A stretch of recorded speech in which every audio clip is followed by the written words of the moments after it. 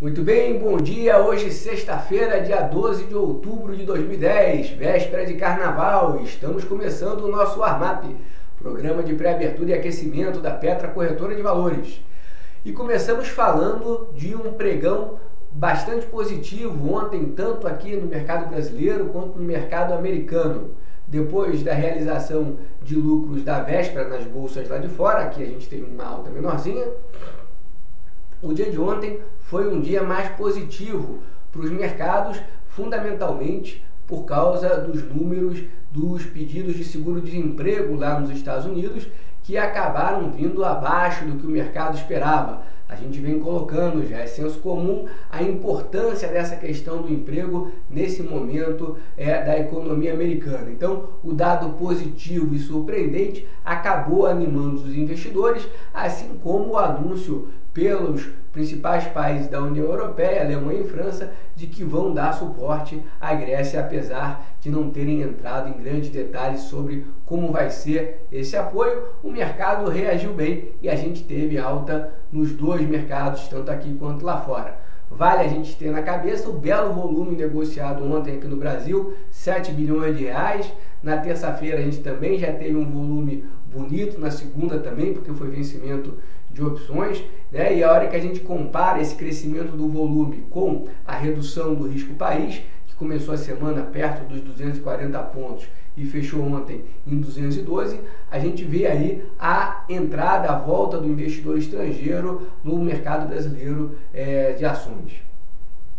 É interessante a gente chamar a atenção também para o desempenho das ações da Vale do Rio Doce. Conforme a gente colocou ontem, a nossa perspectiva era de que o mercado não iria gostar do resultado da empresa, mas que muito possivelmente o foco dos investidores estaria nas negociações aí relativas a minério de ferro e que na conferência que a Vale realizou ontem ela poderia reverter esse mau humor que haveria em virtude do resultado fraco no quarto trimestre do ano passado. Mais do que isso, a gente reforçou a nossa tese de investimento na Vale do Rio Doce e na Bradespar indiretamente, chamando a atenção para o fato de que não valeria a pena, ao nosso ver, fazer qualquer tipo de movimentação nas ações da Vale.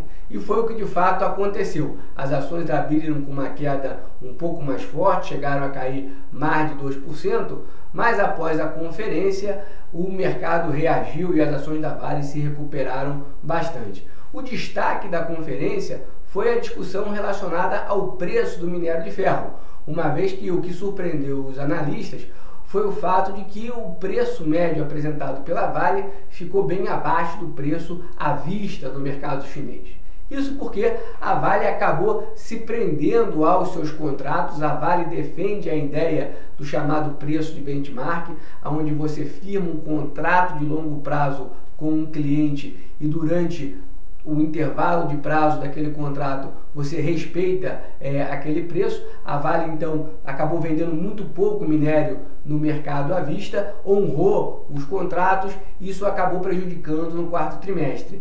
Mas hoje a diferença entre os contratos a preço de benchmark e o mercado à vista de minério de ferro na China é de quase 100%.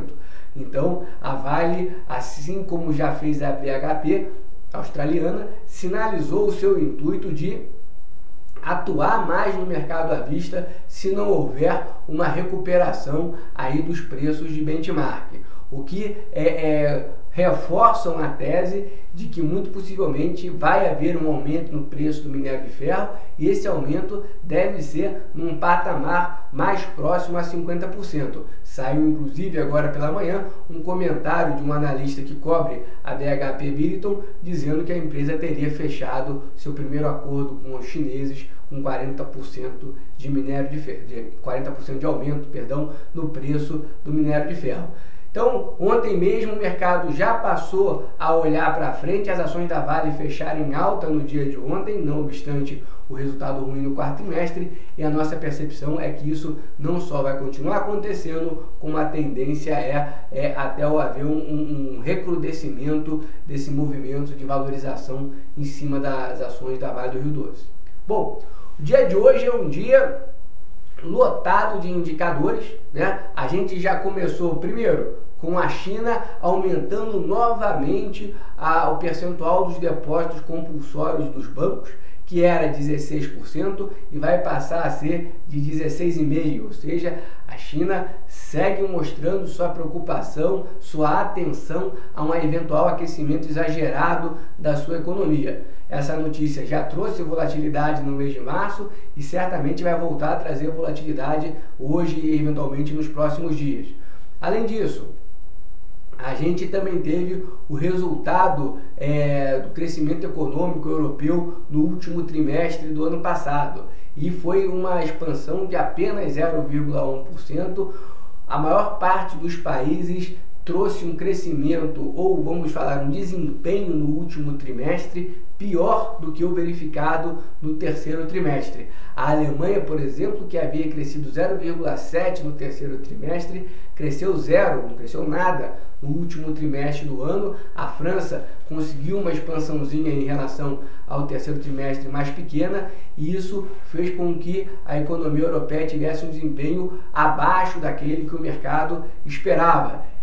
Isso tudo já ajuda a comprometer os futuros de hoje. Nos Estados Unidos, a queda do futuro atualmente, nesse momento, é de 0,74%. E a gente ainda tem as vendas do varejo, que vão ser divulgadas às 11h30, a confiança do consumidor de Michigan, que vai ser divulgada perto da 1h, e os estoques do atacado, que vão ser divulgados a 1h.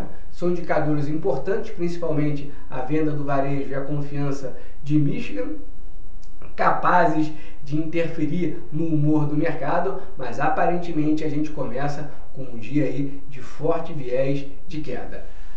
Últimos comentários corporativos, para quem gosta de a terceira e quarta linha, as ações da Agrenco foram ontem suspensas, os negócios não foram realizados, né? Certamente isso vai pesar negativamente na cotação da ação. Além disso, a MMX anunciou o início do processo de subscrição das ações que foram vendidas para os chineses e que têm direito de subscrição aos acionistas, menos o controlador. As ações estão com preço de subscrição a R$ 7,26 e o preço de mercado é R$ 14,77. Certamente vai haver uma grande adesão a esse processo de subscrição. Ninguém vai querer ser diluído nessa condição de preço.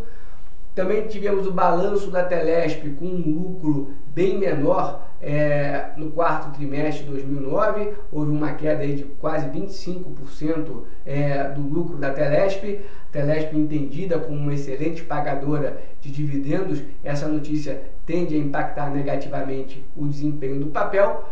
E talvez o passo mais importante de hoje foi o passo dado pela Bovespa, que anunciou a aquisição de 5% da CME, a Bolsa de Chicago, que já detém também participação no capital da Bovespa. A Bovespa é uma incrível geradora de caixa, ela tem até agora destinada a maior parte desse caixa a pagamento de dividendos, mas essa compra nos parece estrategicamente interessante. A Bolsa de Chicago é uma das maiores do mundo, se não a maior do mundo, em alguns produtos, alguns derivativos lá negociados. A participação da Bovespa no capital da CME permite o estreitamento de sinergias entre as duas bolsas. A gente entende a notícia fundamentalmente estratégica, né, muito mais do que financeira, mais interessante para a Bovespa. Essa é a nossa visão. É assim, meus caros, numa prévia de carnaval com cara de realização de lucros, que a gente encerra aqui o nosso warm-up de hoje. Desejo a todos vocês uma belíssima folia, bom divertimento e, acima de tudo, juízo. Um grande abraço e a gente se vê na semana que vem.